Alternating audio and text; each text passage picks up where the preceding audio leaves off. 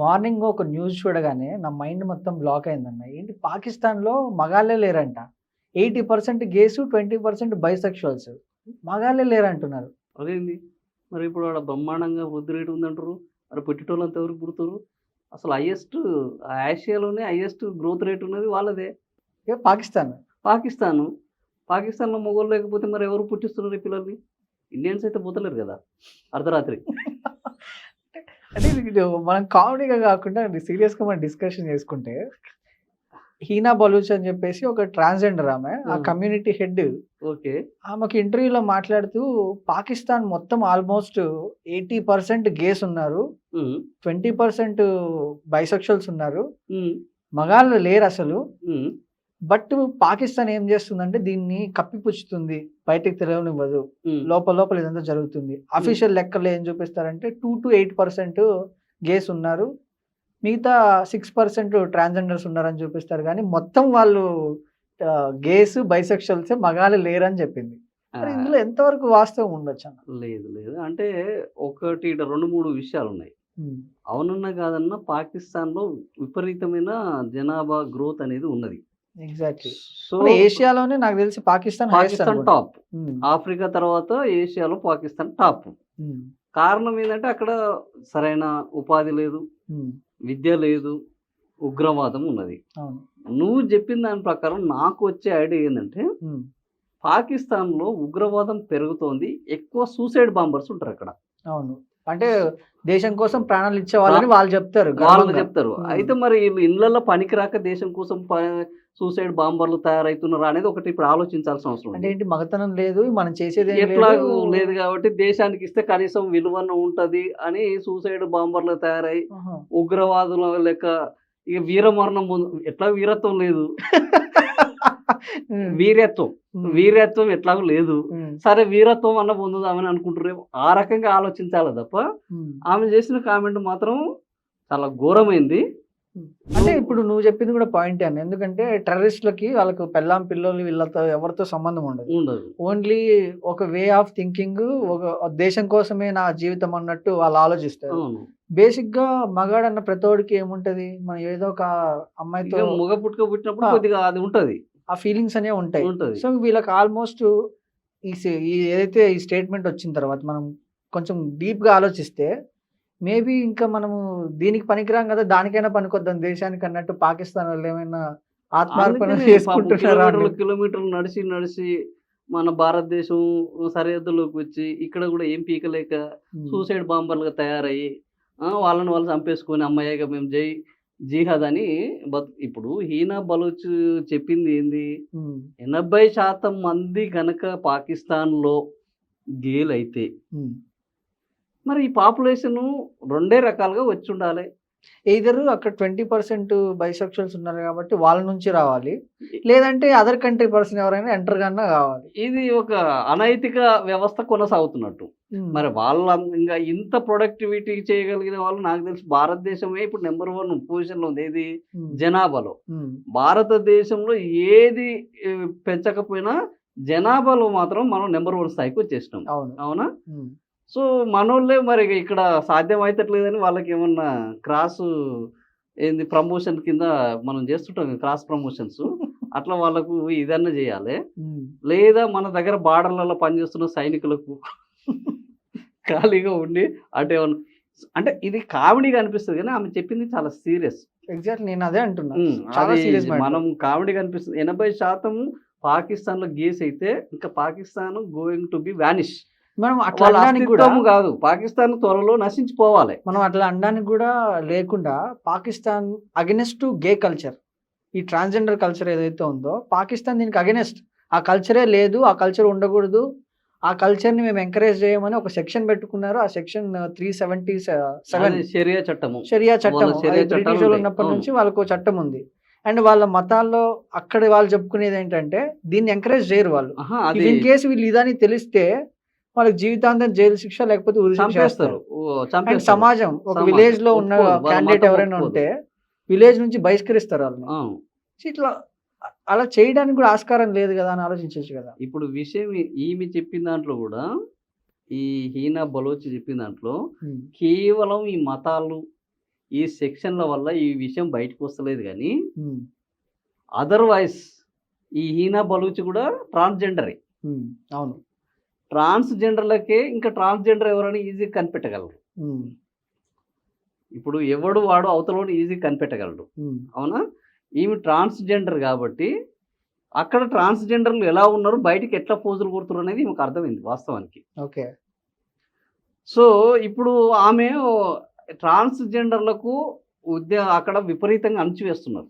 ఉమ్, ట్రాన్స్జెండర్లకు కూడా ఒక గౌరవప్రదమైన హోదా కల్పించాలని ఆమె కొట్లాడుతున్నది ఉమ్, నాకు తెలిసి. ఆ గౌరవప్రదమైన హోదాకు సంబంధించి ఒక తీర్పు వచ్చింది. మళ్ళీ ఆ తీర్పును కూడా ఇప్పుడు కాల రాస్తున్నారు. ఉమ్, ఈ తీర్పు దీన్ని అమలు చేయడానికి వీల్లేదని. ఉమ్, సో ఆమె ఓపిక నశించినట్టుంది నాకు తెలిసి. ఆమె ఓపిక నశించి, అరే ఎందుకురా మీకు ఈ సోంబేరి ముచ్చట్లు, అందరం ట్రాన్స్జెండర్లమే కదరా మనం అందరము, అంటే ట్రాన్స్జెండర్ అంటే నేను మార్చుకున్నాను, మీకు పనే చేస్తలేదు, ఈ పని చేయని బ్యాచ్ వాళ్ళందరూ ఎందుకురా బయటికి డబ్బాలు కొట్టుకుంటారనే మొదలుపెట్టింది. ఉమ్, కానీ ఇది పాకిస్తాన్ ఇప్పుడు ఆమెను బతకనిచ్చడం అంటే కష్టమే. అవును. ఎందుకంటే నువ్వు మన ఒక దురంధర్ సినిమా చూసినావు కదా, ఉమ్, దురంధర్ సినిమాలో కూడా వాడు ఇదే చెప్పాడు. అవును. మనకు దురంధర్ పాకిస్తాన్లోకి ఎంటర్ అవ్వగానే ఒక విలన్ వస్తాడు. అవును, విలన్ వచ్చి వాడి మీద చిన్న అటాక్ ఏదో అవుతుంది. అటాక్ అయిన వెంటనే వాడు కొన్ని హీరోని ఇన్సిడెంట్ చేస్తాడు. ఆ, అవి మనకి ఆన్ స్క్రీనే అది డైరెక్టర్ చూపెడతాడు. చూపెడతాడు. అండ్ ఇంకోటి, అక్కడ విలన్లు ఏ రకంగా ఉన్నారు అనేది ఒకటి చూపెడతాడు. ఈ looking like men but he's not men. Not men. అందులో కంటెంట్ లేదు, కట్అవుటే ఉన్నది. అంటే డైరెక్టర్ ఏ ఆస్పెక్ట్ లో అయితే చూపించాలనుకున్నాడో అది నాకు కరెక్ట్ గా. తెలిసి ఇప్పుడు దురంధర్ మీద అనేకమైన కాంట్రవర్సీలు జరుగుతున్నాయి బయట. అవును. కానీ దురేందర్ వచ్చిన తర్వాత పాకిస్తాన్లో రాజకీయ ముఖ చిత్రం కూడా మారే లెవెల్కి వచ్చింది. అవును. ఎందుకంటే అక్కడ ఉన్న వాళ్ళని రెప్లికాలను తీసుకొచ్చి పెట్టాడు. అవును. ఇప్పుడు ఈమె చెప్పేదాన్ని బట్టి చూస్తే ఇది కేవలం అక్కడ పొలిటికల్ పాకిస్తాన్ వర్సెస్ భారత్ కాదు, ఉమ్, పాకిస్తాన్లో ఈ గే కల్చర్ ఉన్నదనేది కూడా ఇప్పుడు దురంధర్ 2 తోటి బయటకు వచ్చేసినట్టు. అవును. దురంధర్ 2 అనేది అద్భుతంగా పాకిస్తాను ఏంది, అసలు అక్కడ ఉన్నది ఏంది అనేది బయట పెట్టింది. ఏంది, రాజకీయాలతో పాటు కల్చర్ ని కూడా బయట గే కల్చర్ ఈనా బాలూచి కంటే ముందే వీటిని బయట పెట్టింది. కాకపోతే అదే ఇత్తుపుత్తంగా తీయలేదు కాబట్టి అది జనాలకు ఎక్కలేదు. అవును. ఇప్పుడు ఈనా బాలూచి చెప్పిన దాని ప్రకారం దురంధర్ 2 చూపెట్టిన దాని ప్రకారం చూస్తే మ్యాచ్ 100% మ్యాచ్ ఇదే. అంతే. అది ఇప్పుడు పాకిస్తాన్ మరి ఇంత ఆల్రెడీ పాకిస్తాన్లో తింటందుకు తిండి దొరకదు. ఆడ ఉమెన్స్ని ఘోరమైన, అసలు మనుషులు కాదు కేవలం పిల్లల కానీ యంత్రాలుగా మాత్రమే భావిస్తారు. వాళ్ళు బయటికి రావద్దు అంటారు. వాళ్ళు ఎప్పుడు ప్రెగ్నెంట్గానే ఉంటుంటారు. ఈ ప్రెగ్నెంట్గా ఉండడం వల్ల కూడా ఒక ప్రాబ్లం ఏమవుతుందంటే మెన్కు ఈ సమస్య వస్తుంది. ఈ సమస్య వస్తే వీళ్ళు బైసెక్సువల్ అవుతారు. ఆమె చెప్పిన దాంట్లో దేర్ ఈజ్ ఎ పాసిబిలిటీ. ఇప్పుడు ఎప్పుడు వీళ్ళు అక్కడ 3, 4, 6, 7 కంతుంటారు. అల్లా దేదియా అంటే దేవుడు ఇస్తాడు. ఇక్కడ ఇంకో పాయింట్ కూడా మనం తీసుకోవచ్చు అన్న. ఏంటంటే అక్కడ అమ్మాయిల యాక్సెసిబిలిటీ తక్కువ, అబ్బాయిలకి ఓపెన్ యాక్సెస్ లేదు. లైన్ వేయడం. ఇప్పుడు మన ఇండియాలో లాగా లైన్ వేయడం, చూడడం, మనకి లివింగ్ రిలేషన్షిప్ ఓపెన్. పీజీలు మన హైదరాబాద్ లోనే ఉన్నాయి, చేస్తారు, అక్కడ లేవు. అవును. ఒక అబ్బాయి బహిరంగంగా తిరగడం నేరం. అసలు బుర్కాని తీయడానికి లేదు. ఇంకా అమ్మాయి బహిరంగంగా తిరగడం కూడా లేదు. సో అమ్మాయిల అవైలబిలిటీ తక్కువ ఉండడం వల్ల కూడా ఇట్లా బైసెక్సువల్ అవుతాడు. ఏం చేస్తాడు వీడు? అయితే మొత్తం అది పనికి రాకుండా అవుతుంది. వాడకపోతే ఏమవుతుంది? ఏది పోయినా ఏదైనా ఎక్కువ రోజులు వాడకపోతే రస్ట్ పట్టిపోతుంది. నాకు తెలిసి వాళ్ళకు ఇదొక సమస్య వస్తుంది. రెండవది ఆమె 20% బైసెక్సువల్ అన్నది. సో వీళ్ళు బయట చేయడానికి లేదు కాబట్టి వీళ్ళందరూ కూడా, ఇంకోటి ఏంటంటే వీళ్ళందరూ క్యాంపులలో ఉంటారు. ఈ ఉగ్రవాద క్యాంపులని వీళ్ళకు 24 గంటలు ట్రైనింగ్ ఇచ్చి వీళ్ళని వాళ్ళకు వ్యతిరేకంగా తయారు చేయడం కోసం విపరీతమైన ఫుడ్ పెడతారు. ఇంత ఫుడ్ తిన్న తర్వాత వానికి ఊకుంటాడా? వానికి ఆడోళ్ళ మొగోళ్ళ విచక్షణ మర్చిపోతున్నట్టున్నాడు. మర్చిపోయి బైసెక్సువల్. ఎందుకంటే ఎట్లాగో ఉమెన్కు యాక్సెస్ లేదు. అవును. తినే తిండి ఉన్నది, రోజు కఠినమైన శిక్షణ ఉన్నది. మొన్న కుక్కని రేప్ చేసినాడు అన్నట్టు, కుక్క దొరక్కపోతే అంటే మగాడు, కుక్క కంటే మగాడు బెటర్ కదా అన్న ఫీలింగ్ వస్తుంది. రేప్ చేసినట్టు ఎవడన్నా చూసిండు అనుకో, మళ్ళీ వీడిని వేసేస్తారు కదా ఆడ. ఇండియాలో అయితే ఓకే, ఇండియాలో బర్రెలను చేయొచ్చు, కుక్కల్ని చేయొచ్చు, దేన్నైనా చేయొచ్చు. ఇప్పుడు ఆల్రెడీ రకరకాల రీల్స్లలో వస్తున్నాయి ఇండ్లలో పెంపుడు జంతువులతోటి ఇట్లా అనేది. అవును.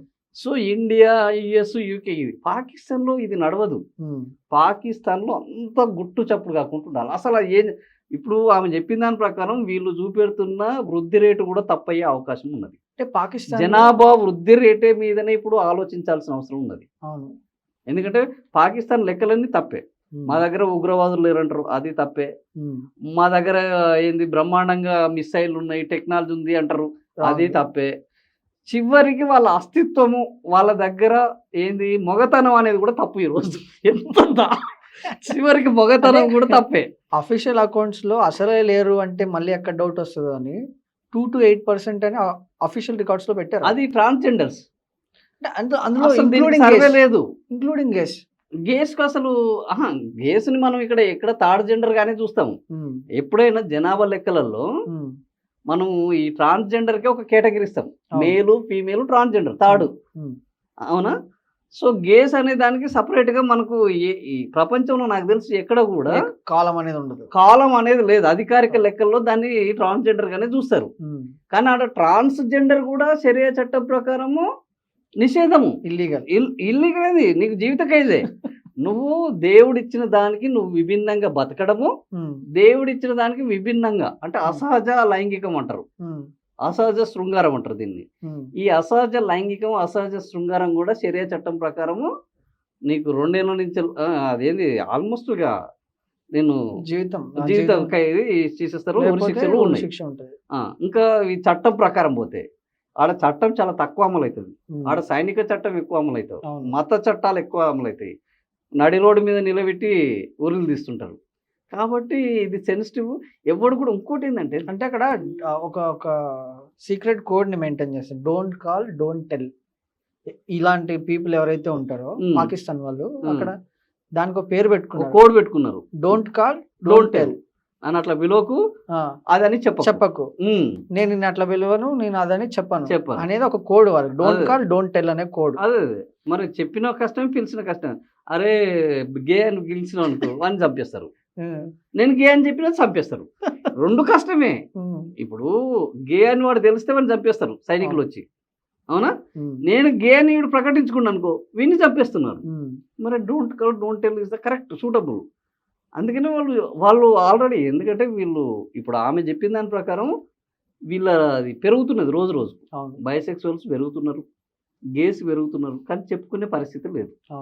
ఉమెన్ అవైలబిలిటీ అనేది అసలు ఇండియాలోనే ఇంత ప్రజాస్వామ్యం ఉంది, ఇంత మహిళా చట్టాలు ఉండి, మహిళలు సమానత్వము, లివింగ్ రిలేషన్ ఇప్పటికీ అంటే కూడా నిన్న కూడా పోయి వాడు కానిస్టేబుల్ తోటి కలిసి పోయి అని భార్యని కానిస్టేబుల్తో కలిసి వెళ్ళిపోయి భార్యని చంపాడు వాడు.